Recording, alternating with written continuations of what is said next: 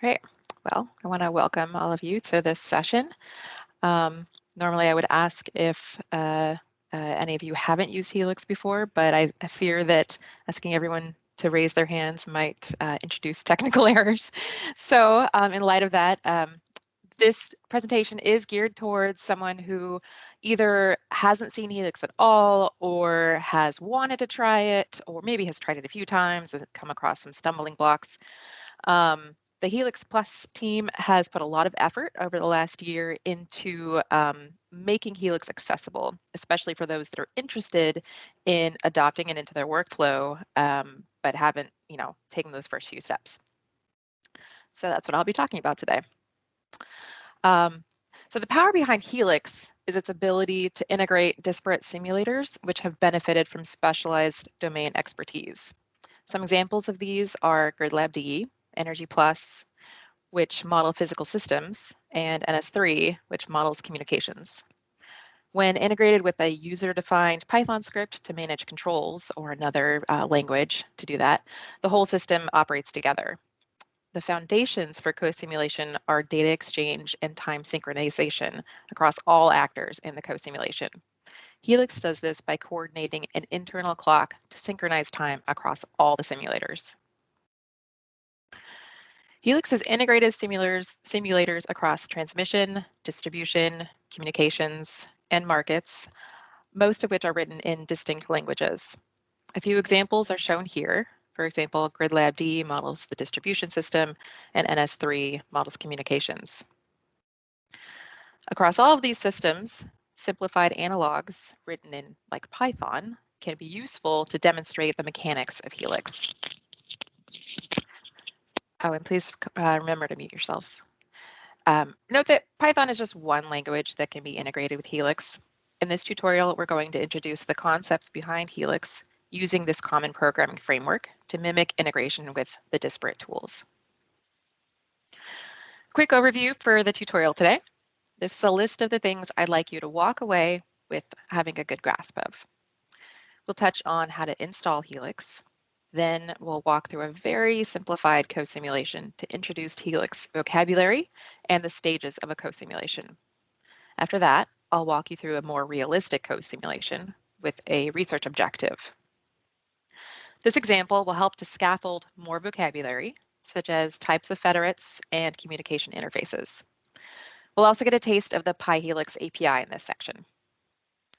So vocabulary is great, but I also want you to be equipped to understand what's needed to run a Helix co-simulation.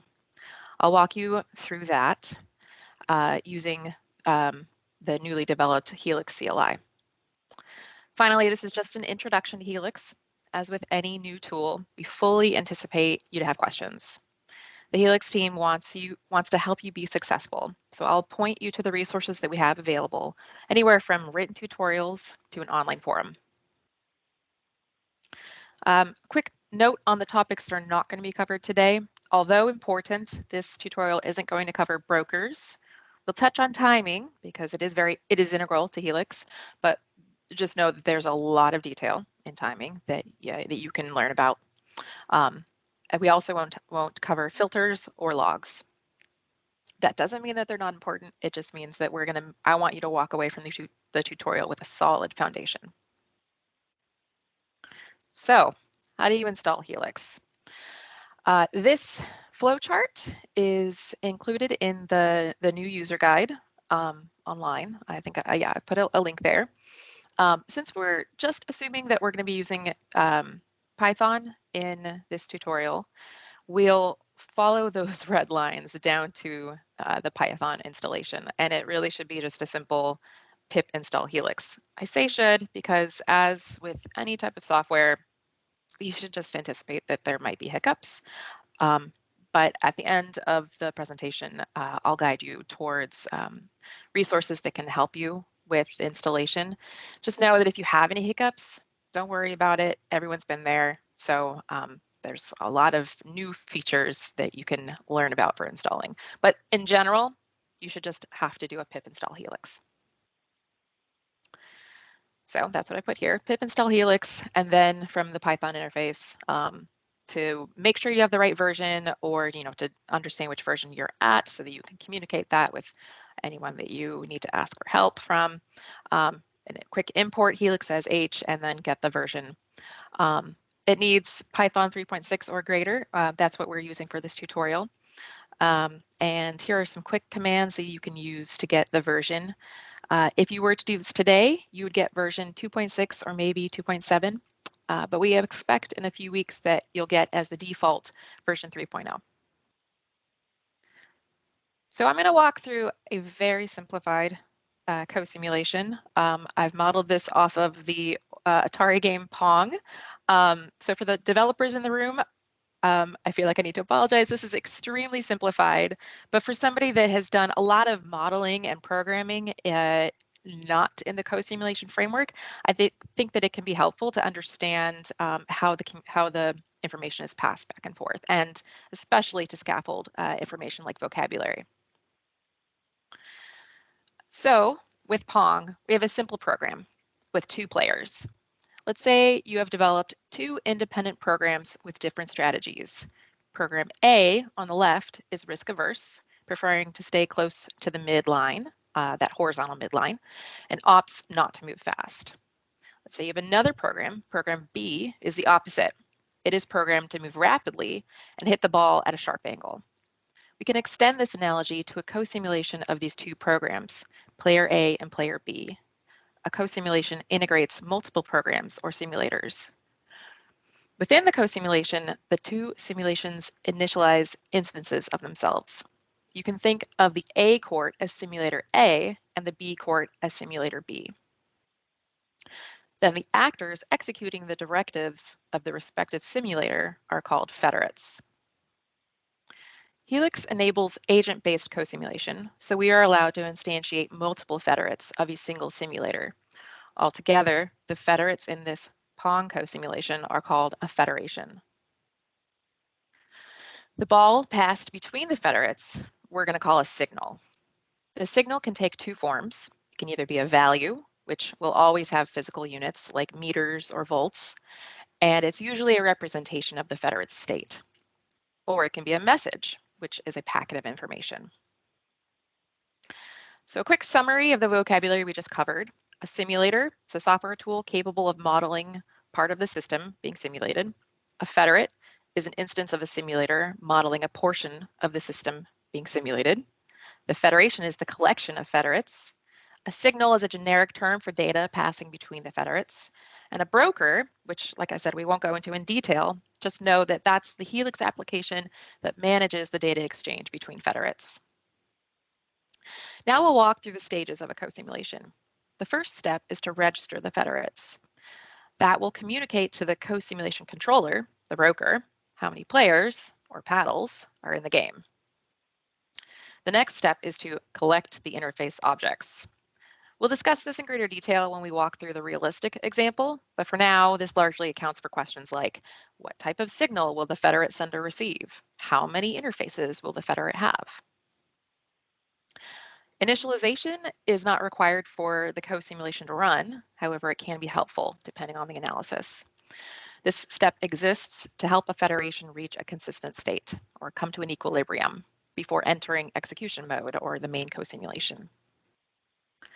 During execution mode, the federate interfaces look for new signals.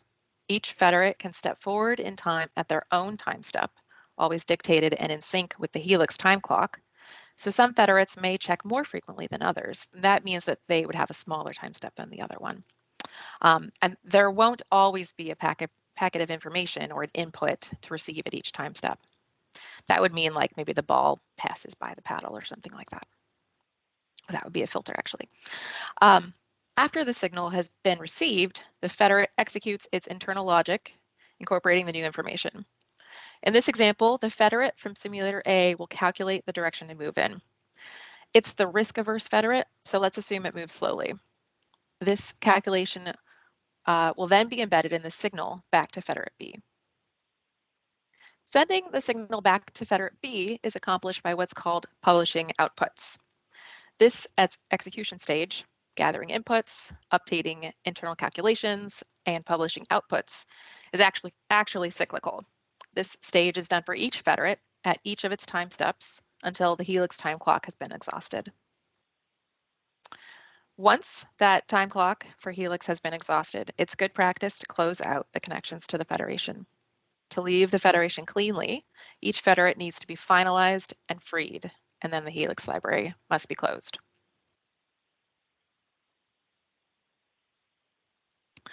So this example is going to walk through content that we have recently created for the V3 user guide. We're going to now walk through a realistic simulation. The V3 release contains over a dozen new fully worked examples with topics ranging from a simple getting started, like this tutorial, to more advanced topics like queries and broker management. After this tutorial, feel free to walk through the written example in the user guide as well for more details. All right, so we're going to have a more realistic simulation. Let's imagine that you're the electrical engineer tasked with calculating the maximum power to supply to a new electric vehicle charging garage. You'll have a number of questions that you might want to ask, such as how many EVs are likely to be charging at any given time? What is the charge rate for these EVs? Do they all have the same charge rate? Do they have multiple types of charge rates? What is the battery size for these EVs? And ultimately, what are the power needs for this EV charging garage? How much power do we need to plan to provide? We'll set up the co-simulation with two simulators, one for EV batteries and one for charging stations. To start, we'll also assume a static number of EVs and chargers, 5 of each. So I've included that here as a representation. We have 5 EV batteries and 5 chargers. And the question that we're trying to answer is, what are the power needs for this EV charging garage? We have a hypothetical EV charging garage with a finite number of multi-level chargers. All of the EVs will have 62 kilowatt hours of battery, so the same capacity with a randomized initial state of charge. And they will also randomly only support either level 1, level 2, or level 3 charging, so they'll have different charge rates. We're going to run the simulation for a week and assume continuous service. And we'll use that to evaluate the expected power requirement of the garage. By continuous service, what I mean is that if a vehicle receives full state of charge, they will be disengaged, and then a new randomly selected EV will enter into that previous spot. So let's look back at our federation, which we're now representing with just the 1 EV battery and the 1 charger, although really this is 5 EVs and 5 chargers. We're just going to hone in on one of these connectors. When I introduced the concept of a federation through the pong example, I glossed over how signals are received and sent by federates. The type of signal, a value or a message, dictates the interface. In our EV and charger co-simulation, we'll start with a simple configuration where the signal is please remember to mute yourselves, where the signal is a value, something like current or amps or voltage, volts. Specifying the type of signal sent or received by a federate also dictates the type of federate. Since the EV and the charger will pass value signals back and forth, these two federates are called value federates. The signals are sent and received at the federate interface. Value federates have dedicated interfaces for outgoing and incoming signals. The outgoing value signal is sent from the value federate's publication handle. That's that red half circle on the EV battery. And that indicates that the EV is publishing the EV's current. The charger federate receives the value signal through a subscription to the EV battery publication handle. These details are important for configuring the co-simulation. The federates need to have specified and explicitly configured interfaces, kind of like mailing addresses, so that they can talk to each other. In this example, the charger federate has been configured to subscribe to the handle or the address called battery/EV1 current. Well, I'll get into it. It's going to be called EV1, but I've denoted it with EV current here. There's one publication handle for each EV federate, EV1 through EV5, and one subscription handle for each charger federate, here subscribing to EV1 through EV5. Since these publications and subscriptions are one-to-one, it's really more appropriate to think of the communication pathway as pneumatic tubes. because the address is defined explicitly. These text boxes show the configuration that you'll do using JSON files. This part of the tutorial is meant to be conceptual to make sure you have a good grounding in Helix terminology and frameworks. I'll direct you to the mechanics of the necessary files towards the end. But I did want to point out that just as we were describing that the battery will publish from battery EV current, the charger will subscribe to battery EV current. One directional pong is no fun. In this co-simulation, information is going to be passed back and forth. The EV will publish its current, and the charger checks to see if a signal is available from its subscription. Then the charger executes internal calculations using the EV current and publishes the voltage. This value is published from the publication handle specific to each federate. Recall that we have 5 federates of each simulator in this co-simulation, 5 EVs and 5 chargers, and the communication is directly one-to-one. Notice that since the charger is a value federate publishing voltage, this address or key for the configuration has an associated unit, V. This is typical of value federates. Notice also that the handle is global. This means that any federate wishing to subscribe to this publication needs to indicate the full key or that full address.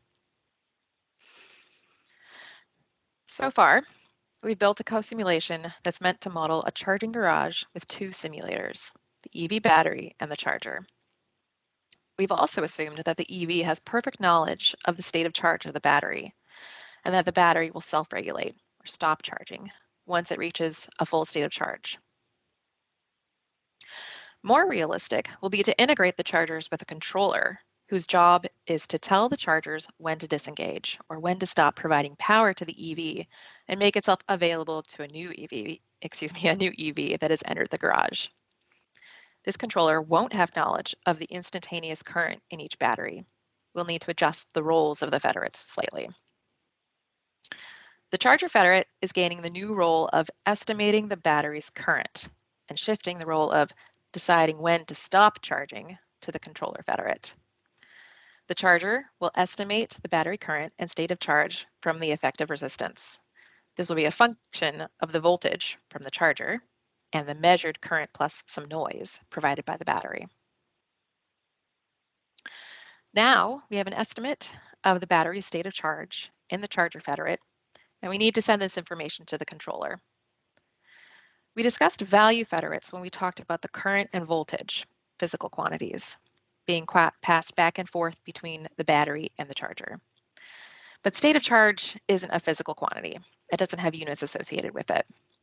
This type of information will be a message that will send from the charger to the controller. The controller is a new type of federate. This is a message federate, and it sends and receives messages from endpoints. That's that EP next to the teal handle. The charger now communicates using values and messages. We call this a combo or combination federate. I want to direct your eyes briefly to the color coordination of the interfaces, the half circles on either side of the boxes. We've already covered that red means publication and yellow means subscription. And by the way, yellow and red, this is just for this tutorial. I just wanted it to be accessible to you. And endpoints are designated by the teal half circles on the right side of the charger and the left side of the controller. The pub sub is for the physics, and the endpoints are for information packets. These 2 types of information are handled differently in Helix. They have different functions and different features, such as messages being sent to and from endpoints. They can be dropped or delayed using filters, whereas values, which are sent to and from subs and pubs, those account for the physical state of the federate. The designation of the federate type is done in 2 places: the configuration JSON file for each simulator and the registration stage of the co-simulation. The battery config JSON is going to stay the same because its role hasn't changed. The charger config keeps the same publications and subscriptions that we had before, the pubs and subs, and it gains an endpoint configuration. That's what I've shown here. Notice that the handle for each charger federate endpoint is unique. Since we have 5 charger federates and the name of the handle, the address, is given with name instead of key. We've indicated a destination for messages coming from this endpoint. Within the co-simulation, this will be the default destination. It's not required to indicate a destination endpoint in the config JSON, and it's possible within the co-simulation to specify a different destination. Default is just the default. In fact, the controller message federate isn't configured to have a default destination. There is only one controller federate providing logic to the 5 charger federates. Now we'll walk through the stages of a co-simulation with our toy model. Creation involves registering the federate objects and collecting the interface objects. There are unique API commands for each type of federate. This creates the federate object. The name of the federate can then be accessed by passing the federate object to the federate getName API. Here we're using the HELIX API. Collecting the interface objects means getting the count of the number of interface objects from the config file, such as get input count with the battery, and then getting the interface object by indexing with the count number, such as get input by index. I've underlined these in red. We've set up the co-simulation so that the battery will have pub and sub interfaces. The charger will have pub, sub, and endpoint interfaces, and the controller will have one endpoint interface. This interface object collection stage needs to be done for each interface in the co-simulation. We won't cover initialization in this intro tutorial, but it's useful to know that it will be available to you when you are ready to integrate it with your co-simulations. This stage would occur after you create your federates. The execution stage begins with each federate running enter execution mode. The main part of the co-simulation is done at time intervals synchronized across the federation. I've shown this with a step that is common across all federates. After entering execution mode, all federates will request a time. This is a good time to talk about time requests. Time requests are a blocking call where that federate is surrendering control over to Helix. It's saying, I'm done until either something interesting happens, my next time request happens, or maybe there's some new data for me to play with. The time request is a fundamental aspect of how a federate interacts with Helix. It is intentionally interfering with the normal function of that federate. The execution block here starts with a time grant and ends with a time request. Helix is keeping the simulators in time, and it's doing this by forcing the federates to ask for their time. The general structure internal to each federate in the execution stage, after that first time request, is to first receive a time grant, then get your inputs, update your calculations, publish outputs, and then finally request the next time interval unique to that federate. Here, the yellow, blue, and green arrows on the right are pointing to an arrow of time, which is going down on the left. And these are the time requests. At time 0 seconds, the battery and the charger are requesting 60 seconds, and the controller is requesting max time. It's also allowing itself to be interrupted to conduct its calculations. The battery and the charger have been granted 60 seconds. They each check for inputs, update their calculations, and publish their outputs. Then they each request 120 seconds.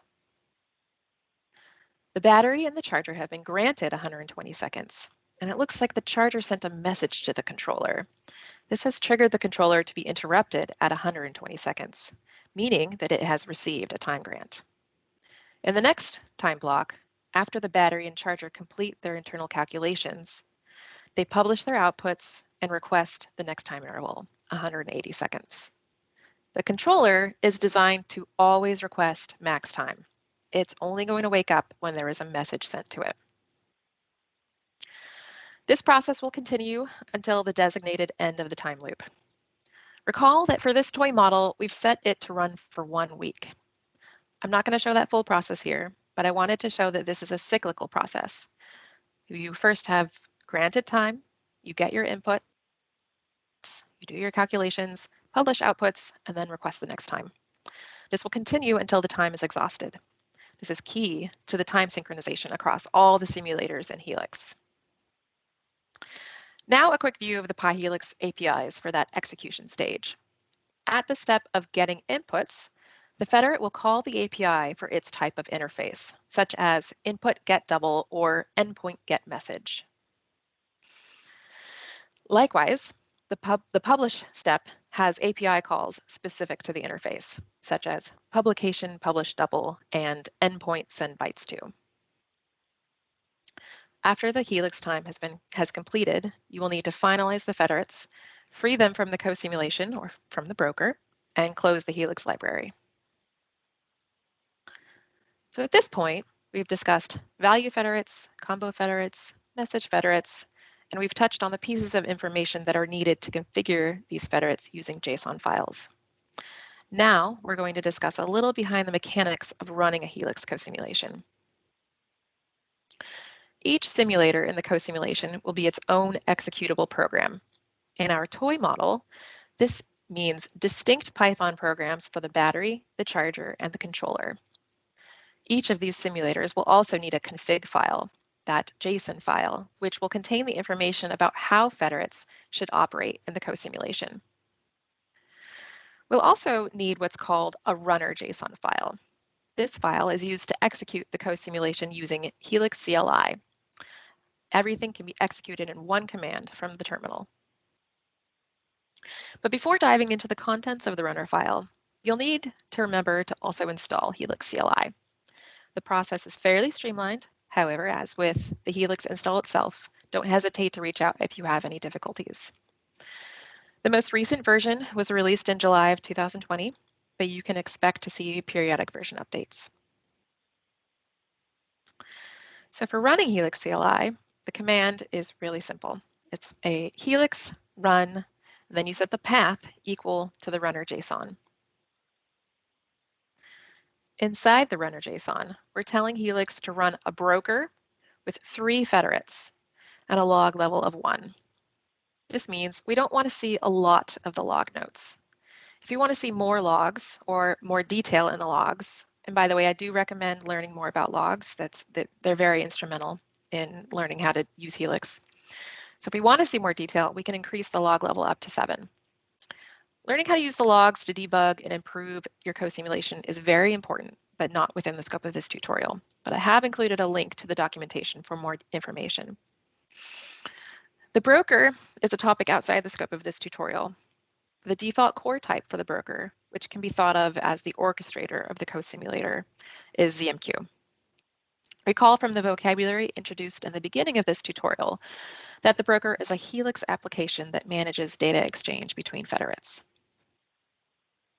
The runner JSON also tells Helix to execute 3 Python programs, charger.py, controller.py, and battery.py.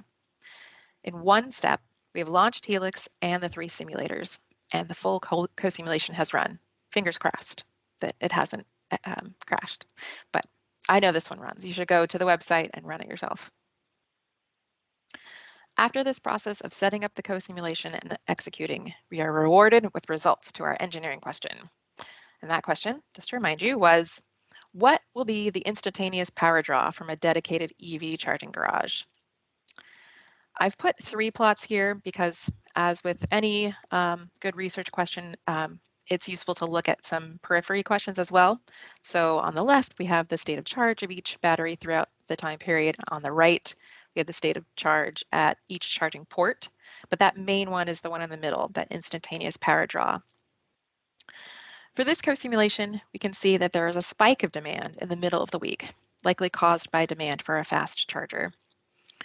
Now that you have a working simplified co-simulation, you are fully equipped to adapt the model framework to the needs of the charging garage. What should the controller do if there are unwieldy spikes for demand? So a few final recommendations. As with any research problem, it's always useful to first formulate it into a question. So for example, with this model, the question was, what is the expected instantaneous power draw from a dedicated EV charging garage? So that's really getting at the heart of what is the information we need to pass back and forth, and how do we want to model that? Where should we start, really? That goes to the next one. Start simple and then add complexity. Debug and make sure that the simple model does what you expect it to do first. And also, don't be afraid to ask for help.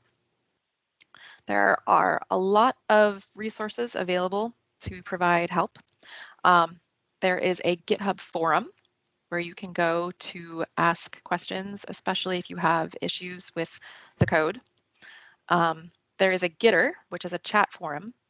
There's also bi-weekly Helix office hours. You can contact Helix team at helix.org for an invitation.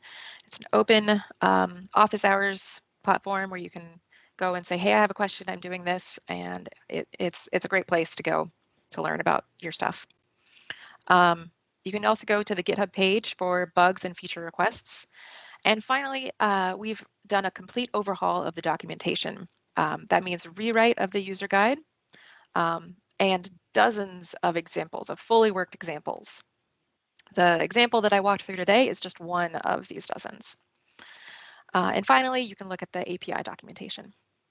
So, thank you, and I can take questions now.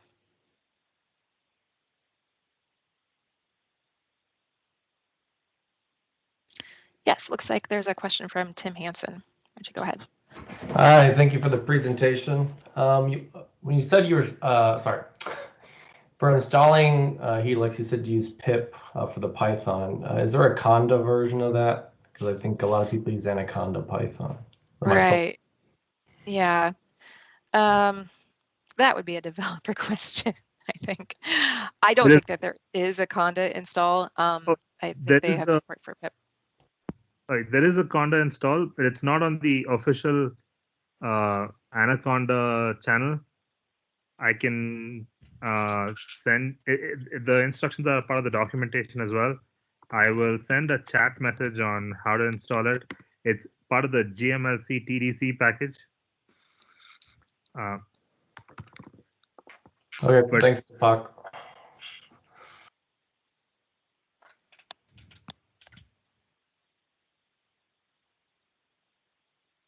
Yes, Vincent? Yes, hello. Is it possible to do a registration during simulation? So if you have new federate during simulation that want to be part of the publish and subscribe framework? I've also had that question. It is. Yeah. Let me answer that question. It is part of the development plan of the next probably 6 months or so. We've enabled some features, but we haven't really turned them on, enabling a full dynamic federation. But it is definitely on our roadmap, and we are working towards that goal. Thanks. And second question is because I saw during your presentation that you do subscribe and publish the order of input and output, and you get input and then you publish your output. But is it possible to have the other way? I mean, you publish your state and then you register. After that, you get your input. Yeah, I mean, a lot of this is really, so I've set this tutorial up for somebody that was completely new and like really just didn't know how to put the pieces together. If you go into the details of this particular example, this 3 federate combination example on the user guide, you'll actually see that the charger federate publishes information to the EV battery before it enters the time step. So it's not required to request inputs first. It's generally what the practice is. So. Perfect. Thank you very much.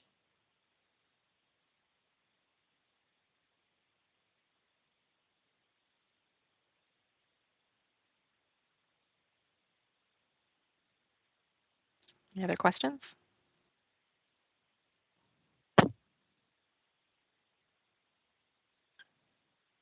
Well, if there's no other questions, I think we can probably wrap up a little early.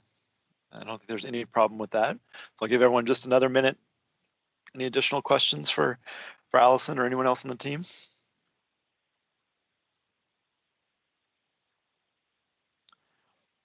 Great. Well, thank you, Allison. Oh, go ahead, Phil. All right, I'll just add a note that most of the main developers on this look at Gitter pretty frequently. We usually have it open, so questions on there get responded to pretty quickly. And like Allison mentioned, open office hours, if anybody wants an invitation, it's just a hour. We'll chat about whatever, help you debug something, answer any questions about Helix, or chat about whatever topic you want. Thanks, Phil.